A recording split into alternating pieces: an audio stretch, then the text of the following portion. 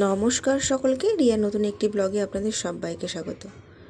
5টা বছর, জীবনের 5টা বছর, যে 5টা বছরে আমি অনেক চেষ্টা করেছি নিজের সংসারে মানিয়ে নেওয়া।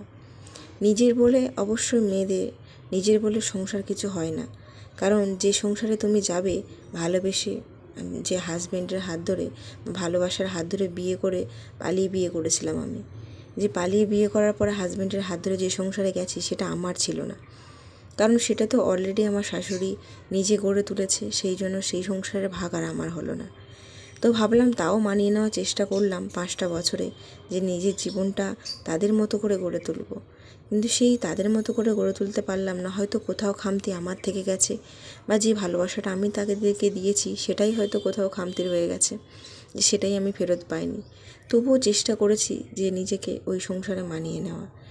যেহেতু মানাতে পারিনি, তো সেহেতু আমি ভাবলাম যে জীবনে ওই সংসারে নিজের মূল্য যেখানে নেই সেখানে আর থাকার কোনো প্রয়োজন নেই।